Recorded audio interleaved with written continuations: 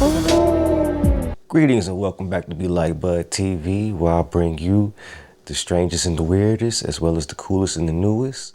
And let's jump right in, big toe first. So today I'm gonna have to give a review of the Samsung Galaxy Z Fold 7, Samsung's latest and greatest phone on the market. Last video, I kicked Samsung directly in the balls about the hard time I had with the Samsung Fold 5 and the issues I had with it leaving me without Bluetooth and Wi-Fi.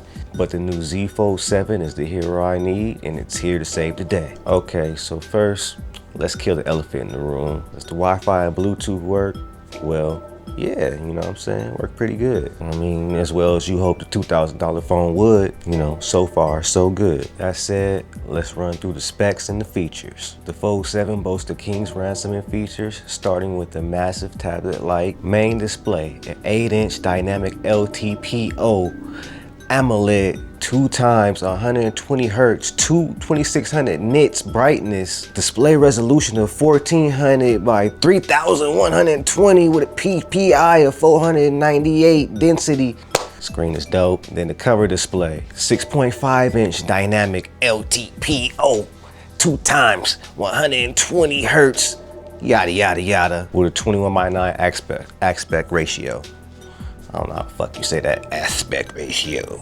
Rear cameras. You got a 200 megapixel wide, a 12 megapixel ultra wide, a 10 megapixel telephoto with a 3 times optical zoom, and 8K at 30 frames per second. So, hey, can't beat that. And the front camera, 12 megapixels, but who cares? Inside camera, no one gives a shit about that, but we'll get more into that later. RAM. You got 12 gigabytes of RAM and up to 16 gigabytes in the 1 terabyte version. Storage, you got 256 gigabytes, 512 gigabytes, and 1 terabyte of storage available. And it's a blazing UFS 4.0. The batteries are 4400 milliamp hour with 25 watt wire charging and 15 watt wireless charging. The operating system is going to be Android 16, One UI 8, and Galaxy AI features, baby. The durability is going to get you an IP48 dust and water resistant rating, advanced armor aluminum frame, and a Gorilla Glass ceramic 2 cover display. The dimensions when folded, 158.4 times 72.8 by 8.9 millimeters. Unfolded, you got 158.4 by 143.2 by 4.2 millimeters. And the weight's gonna come in at 215 grams. The displays. What can I say? The outer display is great, but the inner display, oh my God, chef's kiss, bro. I know the G Fold is out and Apple's coming out with their own Fold soon. But right now, in January 2026, the Z Fold 7 has the best display on the market.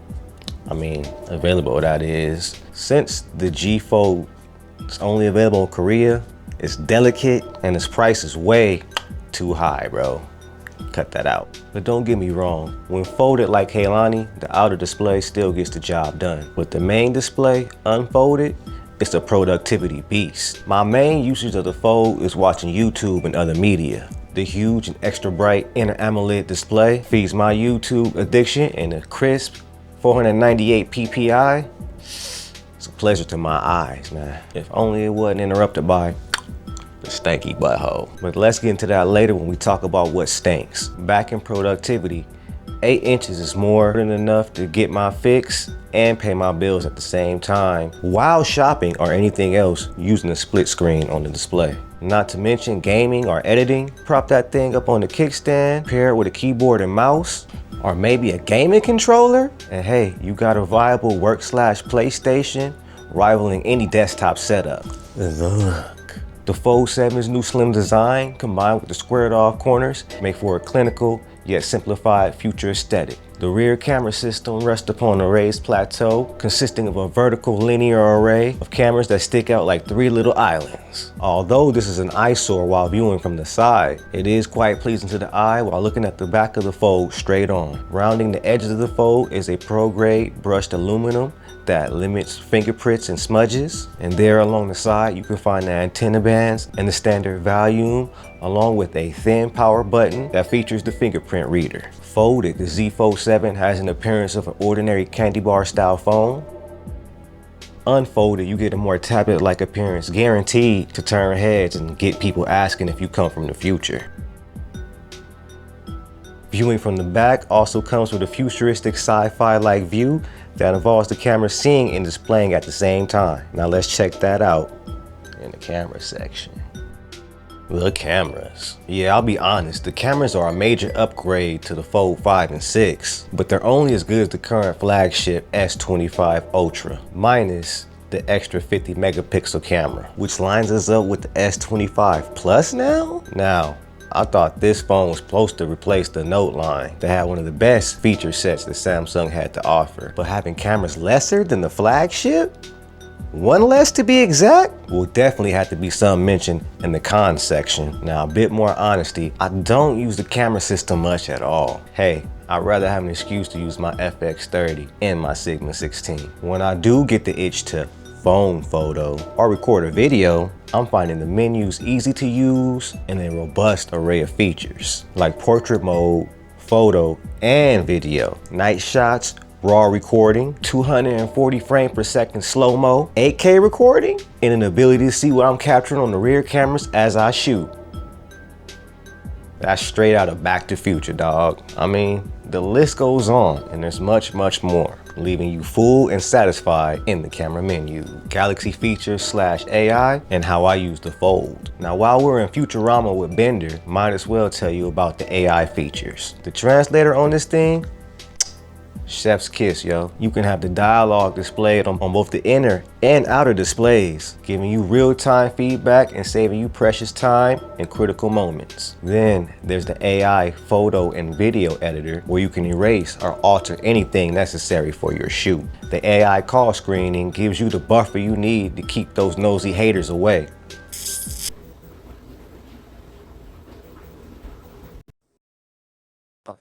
I'm using a voice assistant to convert your voice to text and respond to you.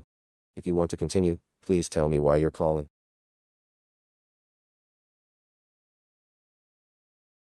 Just to clarify, who are you? And it can be fun to mess with friends and cause a little mischief. Not to mention the way ChatGPT is integrated into the Notes app, providing endless ways to keep you structured and orderly. Speaking of AI assistants, you have the option of choosing between them: Google Gemini, Bixby, or ChatGPT. There goes Bixby now. Here's what I found on the internet. Bitch ain't found shit. As your AI assistant. Me, I use Gemini for most of my common questions. Then I use Bixby for my voice controls or to send covert messages while I'm at work. And I use ChatGPT for helping me format my YouTube scripts and other writing projects. Last, I use AI to transcribe my most important phone calls, important notes and ideas, or anything I might generally just forget. I really love making YouTube videos for viewers like you. There's also an ambient wallpaper you can install, giving you real-time reactions to local wet. Another fun way I can get maximum value out of my Fold 7 is to use it as a monitor for my cameras. The 8-inch display and lightweight, combined with the 2600 nits of brightness alongside with 4K and the Sony monitor and control app, makes this monitor better than some of the most expensive on the market. You can fold the phone halfway and use DeX, and then boom, you got a mini laptop, killing the game like a true power using douche. Yep, it's time to make the Apple fanboys happy and get to what's whack about the Fold 7, things I don't really like. And even though it's the best phone released in 2025/2026 so far, there are a few issues, like battery life. Off top, the 4400 mega amp hours, that shit ain't enough, bro. And it's legit the first thing that sucks about this phone. Don't get me wrong, the AI chip usually does a great job of maximizing every bit of power, and I can usually get through a work day no problem. In fact, it's much better than the Fold 5's extra hot battery. But imagine how much better it could be with at least 6,000 milliamp hours for a $2,000 and up phone. Shit, 5,500, that's the industry standard for low to mid tier phones. That brings me to my next complaint, the extra thin size, bruh. This ugly ass camera hump and the sky high price, bruh. So it's obvious the phone looks great, but making it a few millimeters thicker will only help. Yeah, you lose out on that 215 grams, but you get a 6,000 milliamp hour battery, you integrate the cameras into a smooth back that has no disturbing wobble, and after all, nobody would mind if you made the phone actually look like it's worth $2,000 and actually fit the S Pen. And I also hate the fact they removed the S Pen and the under display camera for the ugly paper hole punch out camera on the front and inside screens. Ugh, bro, come on. We could have had a fucking complete display here. Actual innovation is making the front camera at least 12 megapixels while making it invisible as well. And the inner display camera can kick rocks all together as long as the S Pen inserts and of course works. I mean, you can always just use the front for video calls or rock it like this. Us big screen lovers would much rather have an uninterrupted display. And like I said before, the Z Fold 7 should never have one camera less than the S25 Ultra. That's out. There's no way the S25 Ultra should have a camera that we don't. I mean, come on. This is supposed to be the phone of all phones. It starts at $2K. Then there's the fact that it's extremely hard for me to find a decent case for the Fold 7. First case I got off Amazon was kind of cool, but it turned out to be really cheap, or made of really cheap material. I mean, it was cool looking, but it was extremely poor quality, breaking within the first 2 weeks. So I urgently exchanged that and got a Ghost Tech. I got the Ghost Tech cover clear case with a built-in kickstand, and it looked good, yo. But that case had issues with the hinge mechanism. The lip of the hinge would grip the edge of the case, pushing it off the phone. So that landed me with the Spigen Slim Armor MagFit Pro. And so far, no complaints. So the question you're all here to answer is the Z Fold 7 worth the price? Should I switch or should I upgrade? And that's a hell yeah to all three. The fact is, although expensive, the Galaxy Z Fold 7 has the best combination of looks, value, and features and functionality in any phone available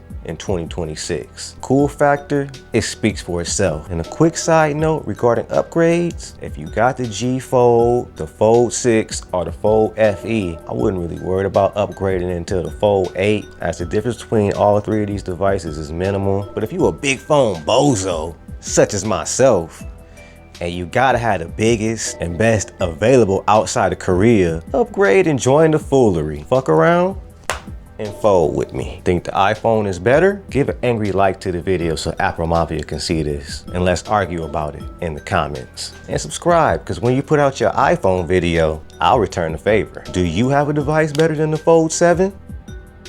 Let me know in the comments again. Next time on DBZ, I'm finding out which headphones are better between the Sony XM5s and Apple AirPod Max. Who shall win the battle of all battles? Battles.